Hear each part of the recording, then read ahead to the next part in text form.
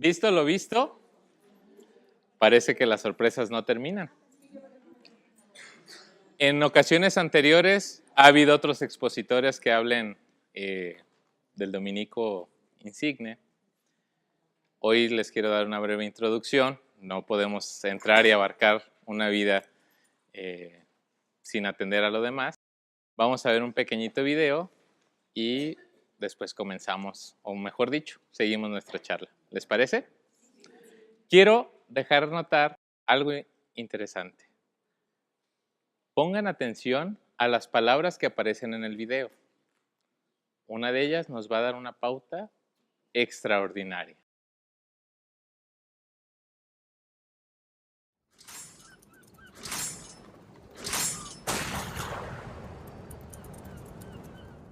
Fray Servando Teresa de Mier fue uno de los hombres letrados que más ayudó a divulgar las ideas del patriotismo criollo. Conforme fue avanzando el siglo XVIII, la sociedad de la Nueva España perdió rigidez. Cada vez importaba menos el origen étnico y muchos comenzaron a reclamar más injerencia en los altos puestos de la política y la religión. En este panorama nació Servando Teresa de Mier en una pequeña ciudad del norte llamada Monterrey. Su origen criollo le ayudó para poder estudiar en la Orden de los Dominicos. A los 27 años, alcanzó el grado de doctor en Filosofía y Teología. Mientras estudiaba, Fray Servando conoció la influyente obra de Francisco Javier Clavijero, Historia Antigua de México. Esta obra construyó un pasado glorioso y rebatió las ideas de que los habitantes del Nuevo Mundo eran inferiores a los europeos. El sentimiento americano crecía, y Fray Servando lo llevó muy lejos, pues en un sermón mencionó que la aparición de la Virgen de Guadalupe había sido anterior a la llegada de los españoles. Fue sentenciado a 10 años de exilio, pero tardó 21 en volver. Durante su exilio fundó una sociedad antiesclavista en París y escribió la historia de la Revolución de la Nueva España, en la que argumentó a favor del movimiento de independencia. Por sus escritos y sermones polémicos, fue arrestado muchas veces, pero casi siempre logró escapar. Fue diputado del Segundo Congreso Constituyente de 1823. Después de toda una vida de peripecias intentando dar forma al México que soñaba, Fray Servando murió en la Ciudad de México a la edad de 64 años.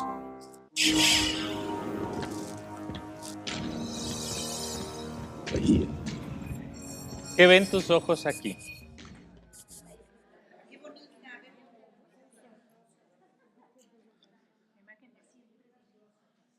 La siempre Virgen María.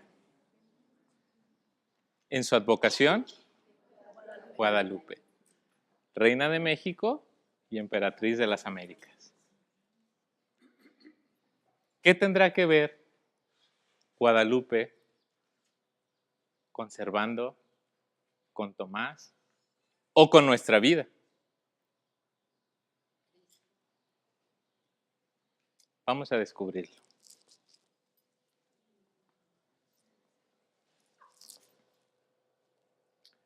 Un sermón. 12 de diciembre 1794. La Basílica de Guadalupe, la que para nosotros es la antigua, claro está, que en aquellos años se llamaba la Colegiata, o era conocida como tal. El virrey de la Nueva España, el prior provincial de los dominicos, el arzobispo de México, distinguidos invitados, autoridades, frailes, religiosos, todos expectantes a escuchar a la llamada voz de plata. Su discurso comienza con una alegría extraordinaria. Me gustaría que un 12 de diciembre despertaras leyendo solo la introducción.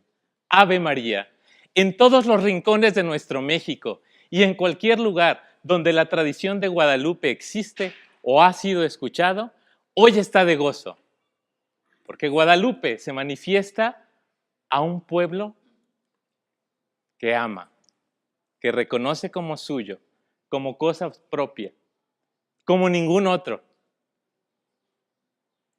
Pero lo que vendría después fue lo más inesperado del mundo. Guadalupe no llegó a estas tierras con Juan Diego.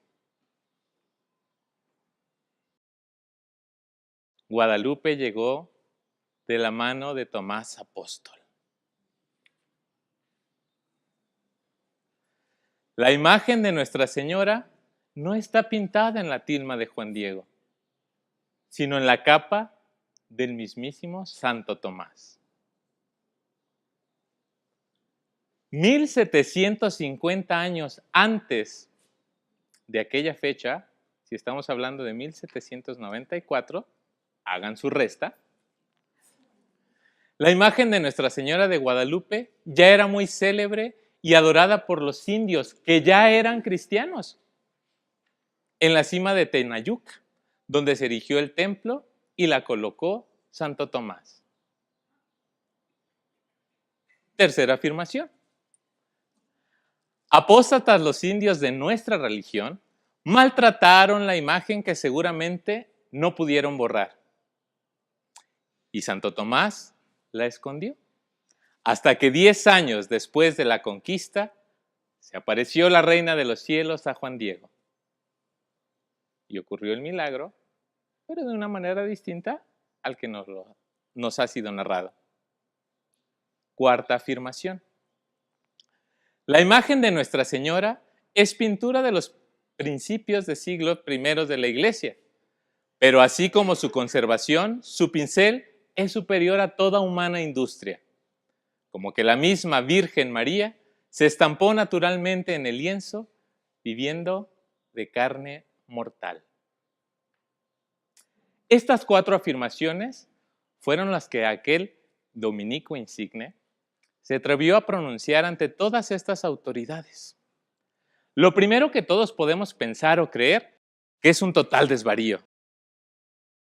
Si ahorita yo les afirmase que Santo Tomás pudo llegar desde aquella Palestina del siglo I hasta las tierras mexicanas, seguramente esbozarían una carcajada o cuando menos dejarían de venir a dominicanismo itinerante.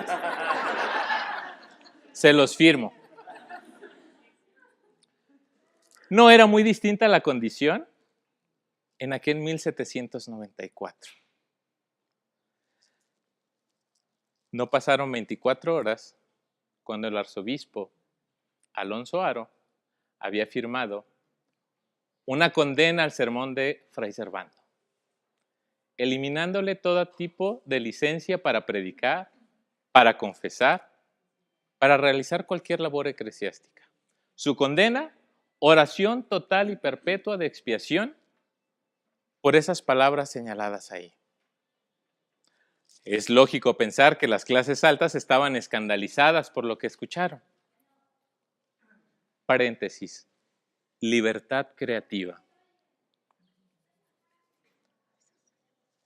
¿Cuál de estas afirmaciones atenta contra la verdad de fe de Guadalupe?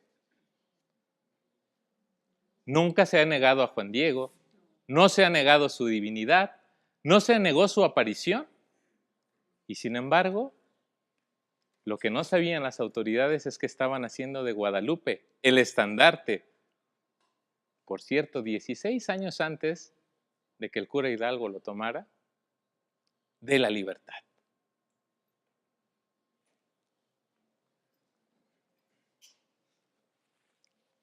¿Qué ves en esta imagen? ¿Tu impresión sigue siendo la misma que la primera vez que te la mencioné? Vamos a continuar.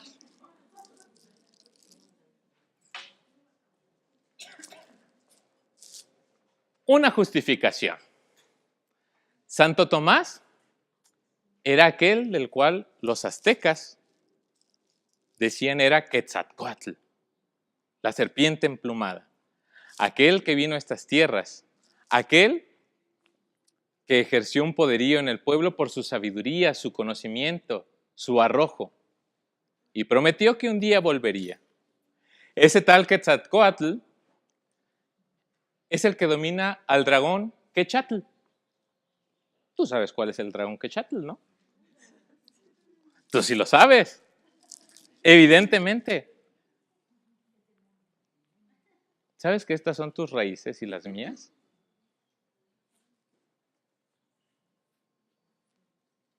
¿Qué conocía de ello? nada hasta que leí este sermón.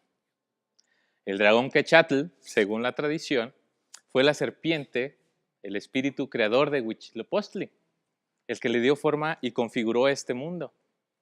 Y había quien conocía las artes de ese que creó el mundo, que sabía la verdad, que contenía en sí los secretos más escondidos.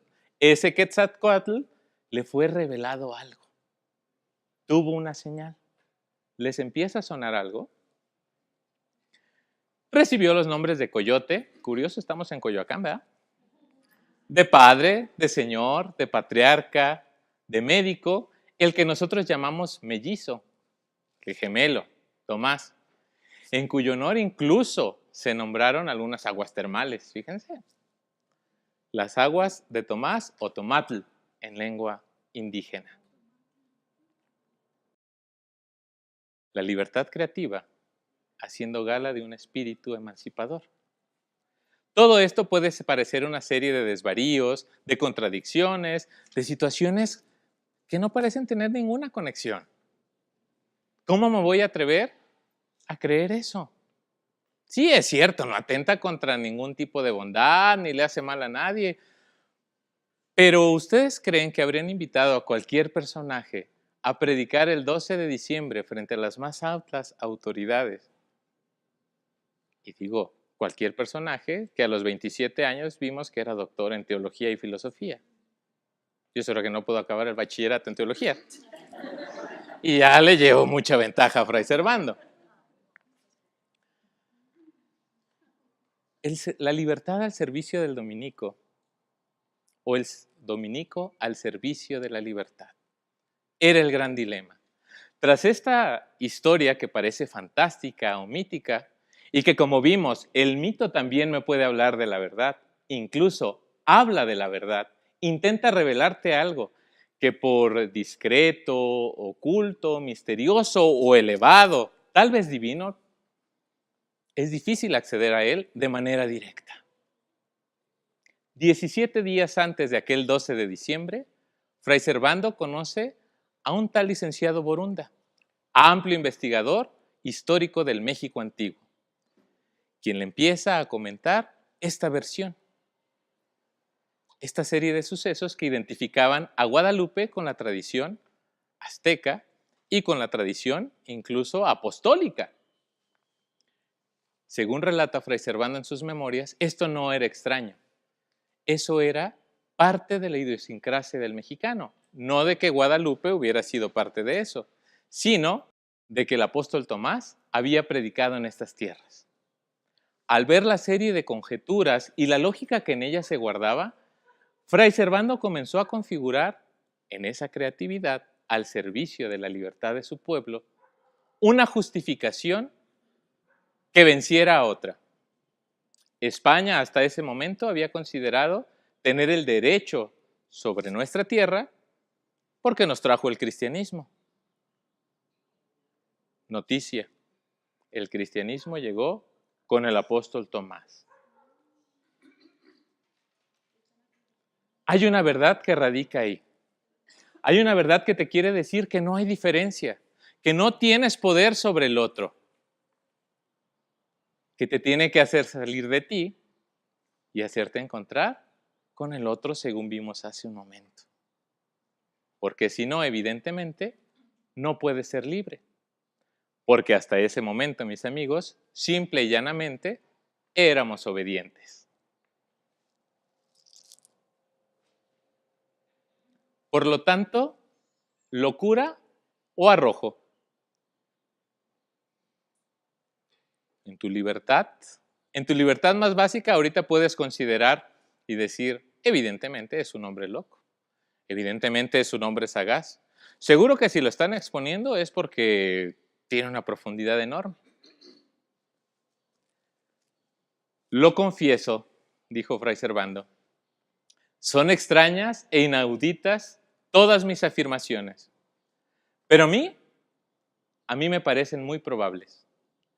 Y a lo menos, si me engaño, habré excitado la desidia de mis paisanos para que, probándomelo, aclaren mejor la verdad de la historia.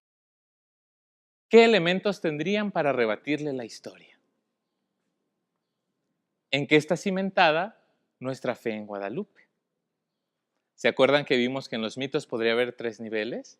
Y uno atendía precisamente a la tradición, a la que gustosamente hemos recibido de nuestros padres, de nuestros abuelos, de nuestros familiares, pero que pocas veces nos hemos atrevido a cuestionar. Fray Servando expresará: Guadalupe es un perfecto jeroglífico para los naturales. Eso ya no nos resulta extraño. ¿Podrías interpretar todos los elementos que ahí están? ¿Crees poder agotar todo lo que ella esconde en aquella tilma? ¿Podríamos descubrir qué es lo que mueve tantos corazones a través de esta imagen? ¿Qué es lo que ves? Fray Servando emprendió un camino que iba a traer revuelo, desconcierto, incertidumbre, persecución, encierro. Pero quería ver en este símbolo tan preciado y precioso para nosotros, mexicanos, americanos. Sí, luego no digan que discrimino. Algo que iba a trascender y que iba a tener una repercusión hasta nuestros días. Espero que a estas alturas no sigas viendo lo mismo. Ya tienes una señal. Emprendamos ese camino.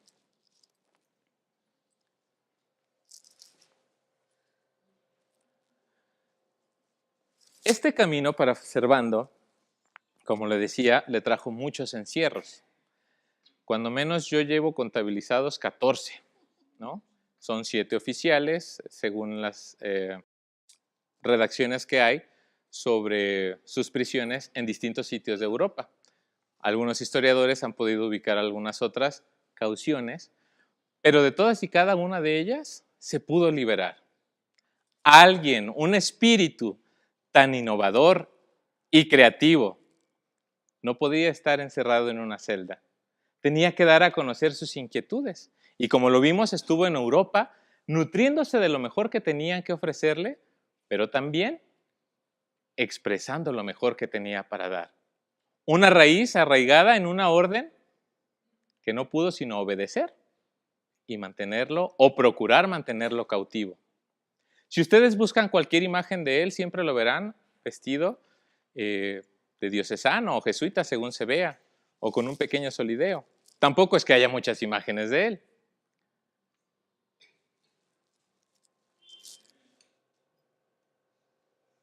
Solo quienes reconocen como libertador a un personaje como este se atrevió a vestirlo de fraile, y eso me impactó. Un día que estén por Reforma, caminando, disfrutando, pasen a ver, ahí está su estatua cerca del Senado. No sé si hay algún otro fraile con letras de oro en nuestro Congreso. Él sí. Tras su exilio y su profunda reflexión a este respecto, Fray Servando reconoció que había tenido un error. No el de predicar, no el de emprender un camino, no el de buscar la verdad. Su error había sido que no había hecho esa fraternidad con los suyos. Los suyos eran los que lo perseguían. Su misma orden era la que tenía que darle la espalda de alguna manera. Y no porque estuviera en desacuerdo, sino porque venía un mandato mucho más alto. Algunos historiadores ubican que este fraile travieso y escurridizo inclusive llegó hasta el mismo Papa a solicitar la salida de la orden para poder seguir ejerciendo su ministerio, pues ya muchas autoridades europeas lo habían exculpado de todo cargo. Sin embargo, un análisis histórico mucho más profundo no ha encontrado en el Vaticano cuestión alguna que dé certeza a esto. Si hubo una exclaustración, debería existir un documento como tal. Fray Servando alega en sus memorias que en una de las tantas veces que lo apresaron, ese documento pues le fue recogido y jamás se le regresó. Por lo tanto, no existía. Nosotros lo seguimos reconociendo como tal. Tan es así que estuvo sepultado y digo estuvo porque ahorita quién sabe dónde esté ese hombre, en nuestro convento de Santo Domingo, donde toda esta experiencia comenzó. Esta reflexión lo pudo traer de vuelta a su tierra, a su México, que enarbolando a Guadalupe en un principio en manos de don Miguel Hidalgo, se había decidido a emanciparse, a ser libre y soberano. Cuando regresa, todavía existían cargos contra él. Pasó todavía algunas noches en San Juan de Ulúa, pero una vez consumada la independencia, fue liberado. Gracias a sus conocimientos y a la ilustración que pudo recibir y generar, fue invitado a participar en el segundo Congreso Constituyente de México, en el que iba a sentar las bases de una nación. Ahí se discutía algo importantísimo: cómo íbamos a ser como país. Muchos sugerían que copiáramos el modelo de Estados Unidos. Fíjense, desde aquel 1823. Que teníamos que parecernos a ellos. Y Fray Servando comentaba, no. Dios mío, salva a mi patria, fue su mención. Los estadounidenses, decía él, provienen de una misma raza, de una misma cultura de trabajo, de unas mismas inquietudes y hacen y colaboran en unión. Nosotros somos una configuración de un pueblo mestizo. No podemos utilizar un mismo modelo. Tenemos que buscar qué es lo más óptimo para nosotros. ¿Dónde se encuentra la verdad? ¿Cuál es el camino de la verdad? Su voz no fue escuchada. Cuando estos textos fueron recuperados de aquellas intervenciones en aquel congreso, se atrevieron a mencionar que aquel escrito eran las profecías de Fray Servando. ¿Por qué su voz no fue lo suficientemente fuerte? Pese a que por su insigne predicación se le conocía como la voz de plata, no tuvo la fuerza o la potencia de poder impactar. Y cometimos los errores y tratamos de copiar un modelo que no era nuestro. Y entonces, ¿dónde se encuentra la libertad? En una posibilidad.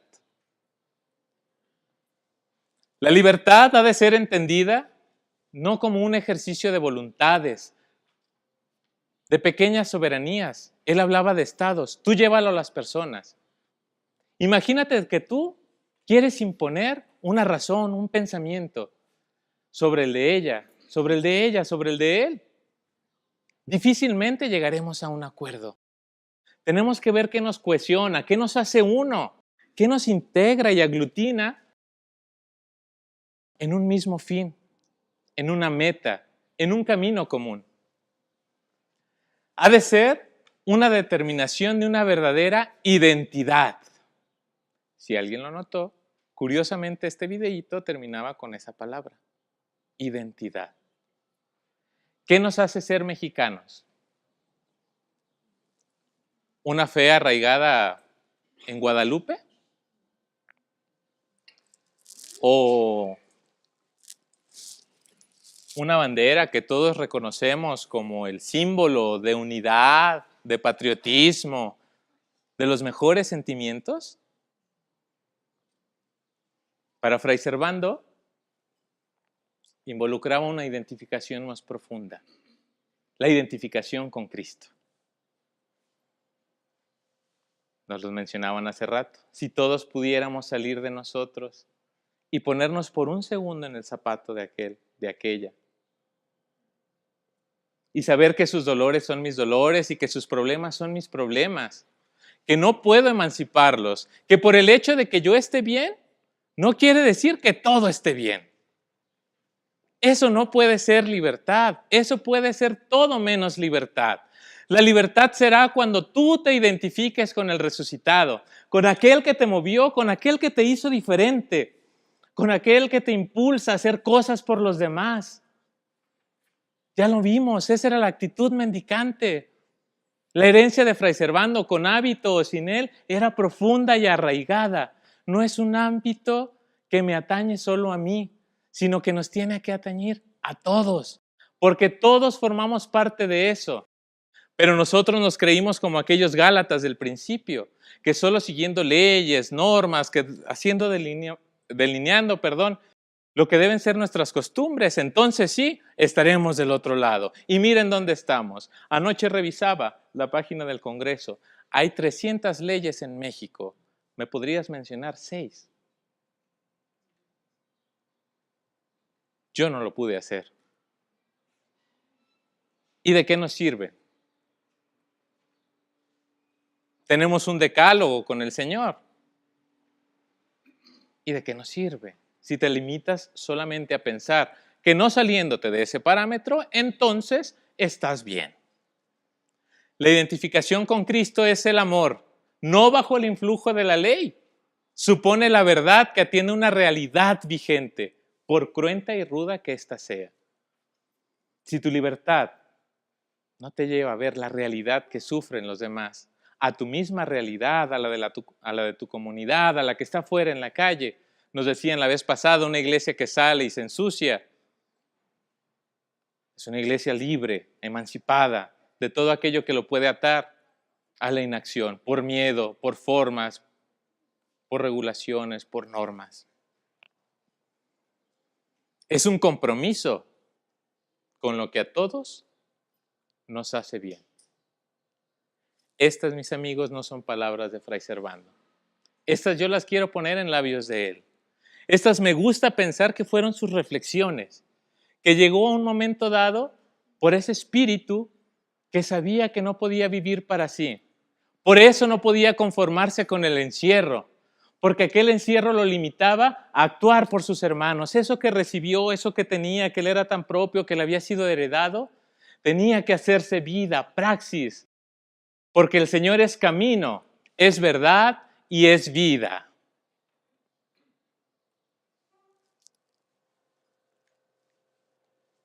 Santo Tomás, hemos visto al Señor. Y replicó aquel apóstol, si no veo en sus manos las marcas de los clavos o la apertura en su costado, no creeré. Qué difícil es que creamos. Creer era el primer paso. ¿No habíamos recibido una señal? ¿No ya Tomás había visto los prodigios?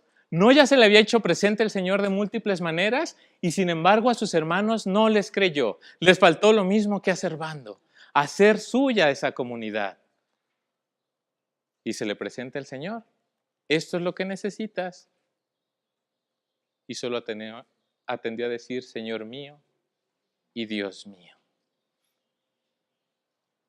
¿Cuándo tú y yo vamos a decir, Señor mío y Dios mío? Dios mío, salva a tu pueblo. ¿Cuándo vas a ejercer tu libertad?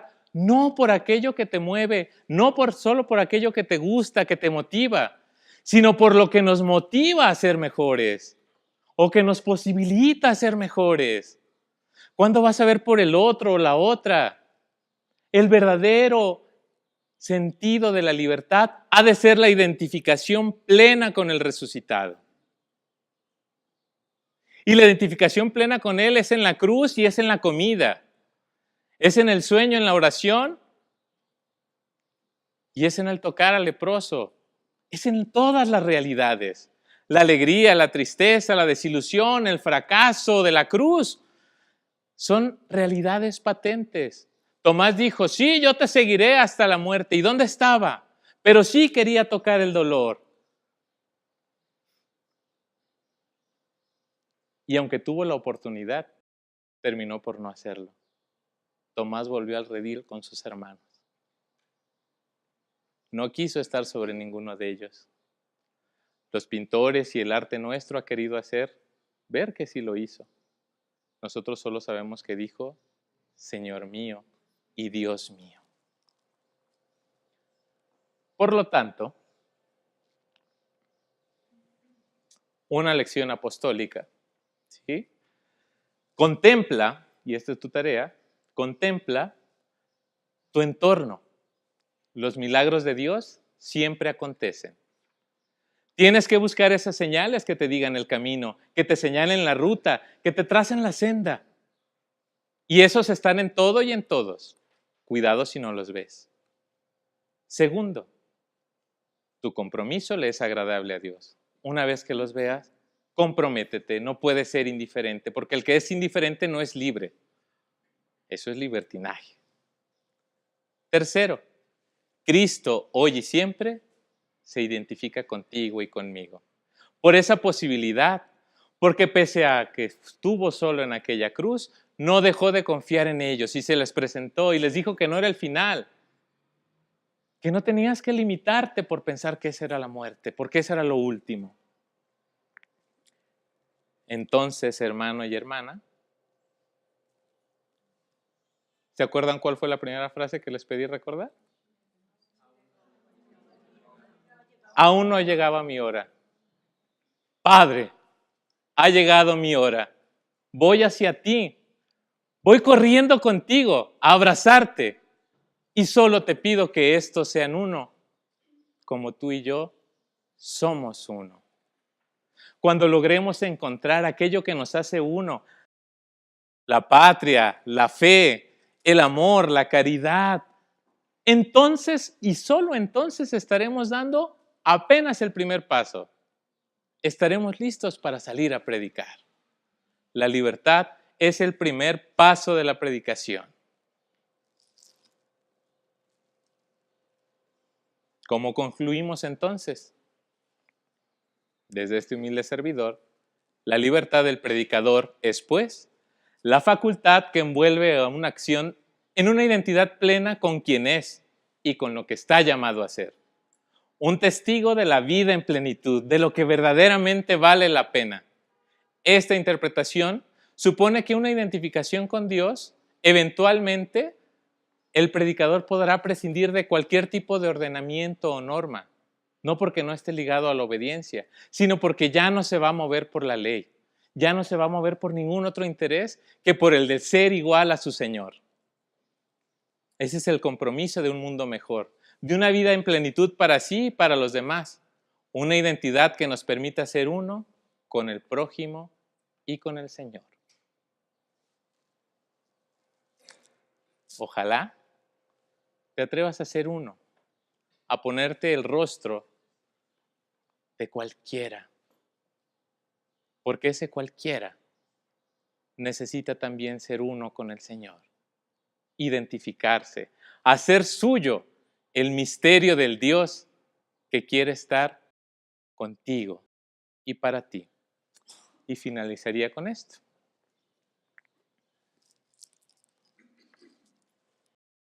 ¿Eres tú verdadero? ¿Eres tú verdadero? ¿Tienes raíz? Solo quien todas las cosas domina, el dador de la vida. ¿Es esto verdad? ¿Acaso no lo es como dicen? Que nuestros corazones no tengan tormento. Todo lo que es verdadero, lo que tiene una raíz fuerte, dicen que no es verdadero y que no tiene raíz. El dador de la vida, entonces, se muestra solamente arbitrario. Por lo tanto, que nuestros corazones no tengan tormentos, porque tú y yo estamos con el dador de la vida. ¿Sabes quién escribió esto? Un indígena que sospechaba que Dios era uno. Nezahualcóyotl. Dios está siempre presente y da señales, pero necesita que seas libre y no lo serás hasta que no te identifiques con Él y con tu prójimo. Muchas gracias.